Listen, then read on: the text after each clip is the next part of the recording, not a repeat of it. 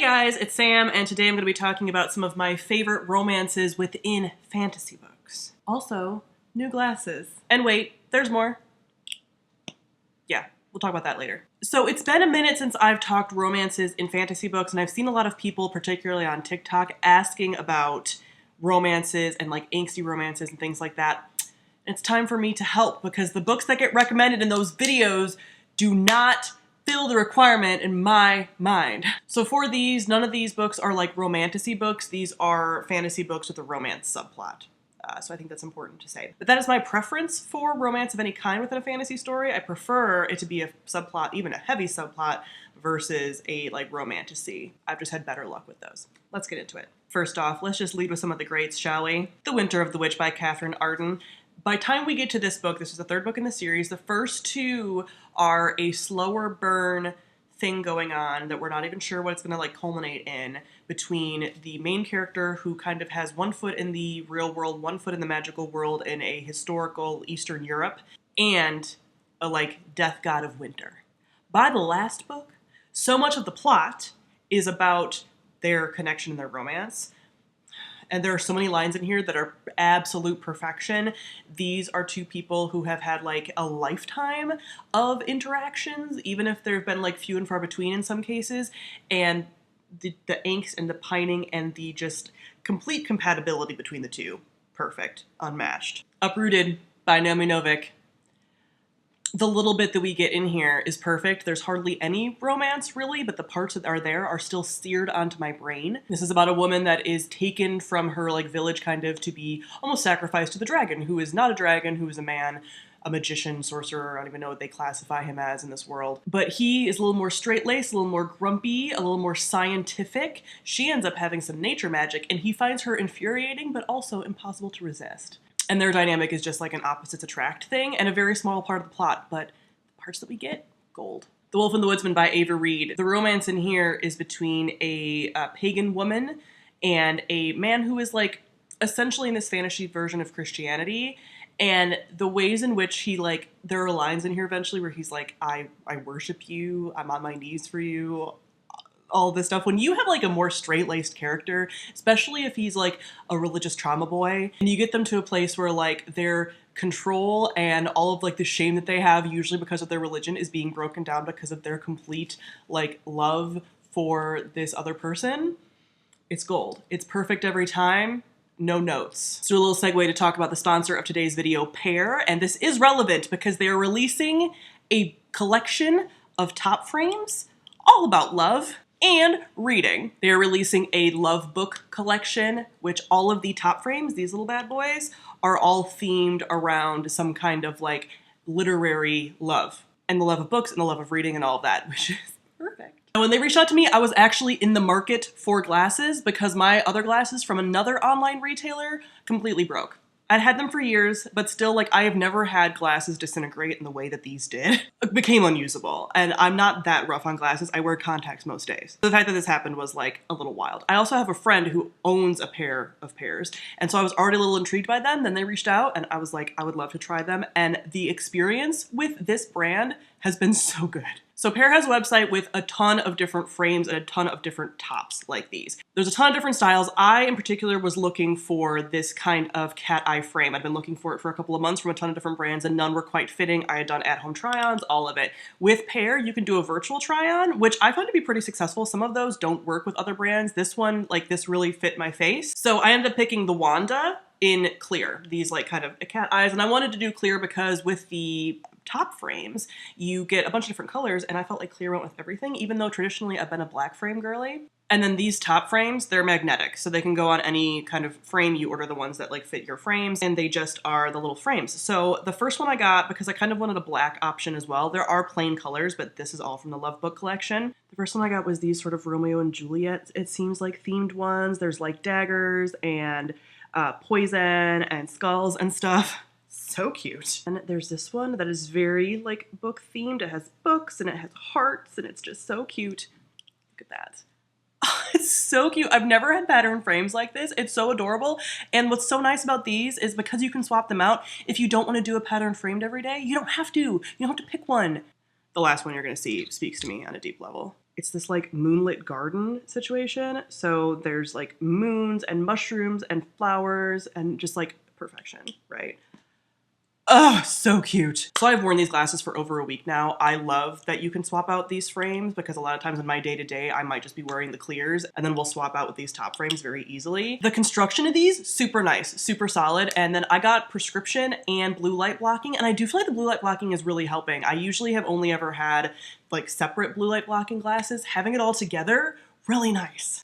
And these are super affordable for what you get as well, as far as like prescription glasses with the blue light. Like you can choose a bunch of different things, a bunch of different frames, because you don't have to replace your glasses all the time if you get sick of them. That's what's so nice about these top frames, is you can always be swapping out. Like I mentioned, I've never gotten like a patterned frame before. I've always stuck to black because I'm like, it's the most versatile. With these, you can swap them out to whatever you want, whatever outfit, whatever you need. So if you want to try a pair for yourself, there's a link in the description and you'll get 15% off your first order with pair. There's a ton of different brands out there to try from. I know that I was searching through so many because I didn't know what to pick. I can honestly say these have been fantastic so far. All right, back to the romances. We have The Once and Future Witches by Alex C. Harrow. This follows three sisters who are all witches, but there is one romance, there's two romances in here that are really nice, but one that sticks with me. One of the sisters ends up pregnant and the dad is like not present, not around, kind of a deadbeat. And this other man is so in love with her and enraptured by her and like doesn't care about any of that and is just like so head over heels. Like, you know, those kinds of characters that are so like heart eyes for their person, not in an overly sappy way, but in a very like grounded way. That is him with her. And there's, again, very few scenes with them, but the scenes with him, like he worships her. He thinks she's the coolest thing and like will do anything for her. And I love it. Empire of Sand by Tasha Suri. I've talked about this before. These two end up in a sort of like arranged marriage-y type pairing in which they are thrown together because of like the villain and what they are trying to do magically. And these two have these like magical components that when brought together can be really powerful. The lines in here.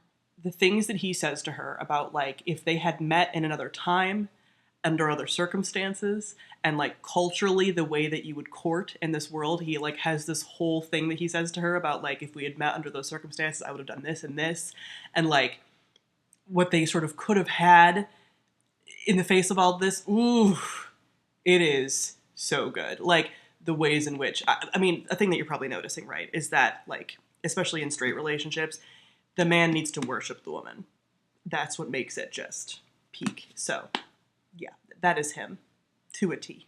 Iron Widow by Siren J. Zhao. This is technically a sci-fi, but I'm just considering it in the like speculative category.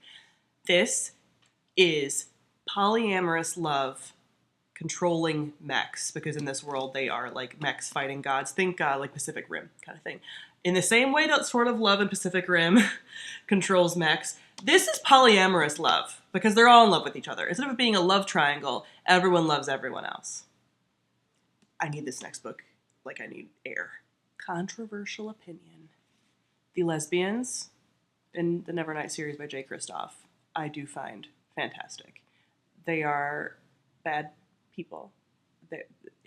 It's very angsty. There is a slight love triangle going on. I did root for the girls.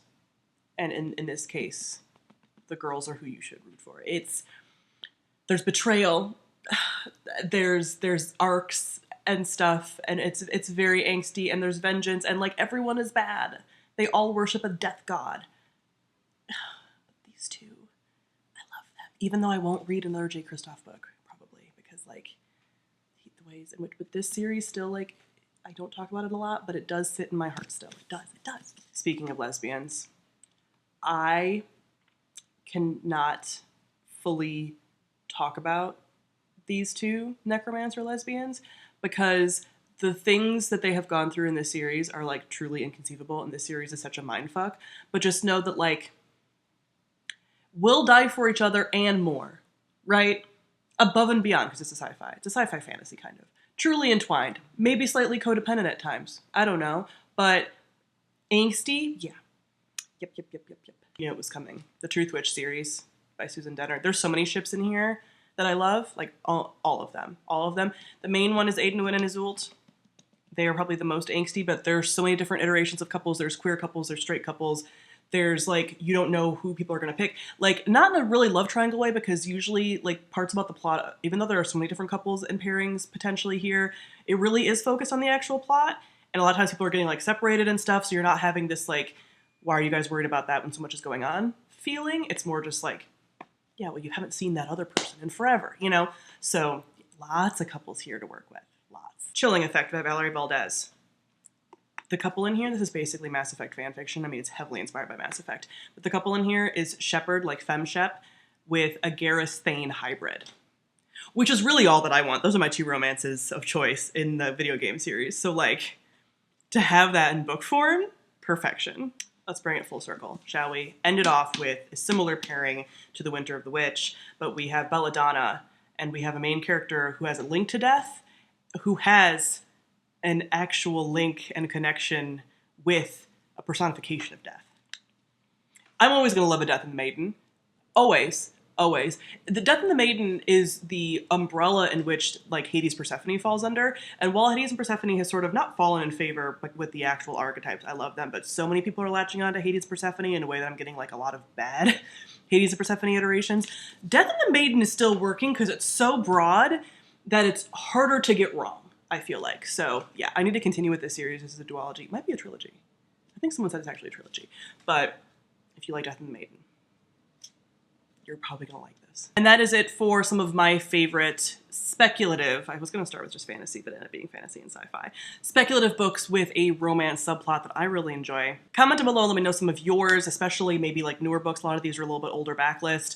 Let me know if there's things I've been missing out on. Thank you again to Pair. If you wanna try a pair of your own, link is in the description. Thank you all for watching, and I'll see all of you guys soon. Bye.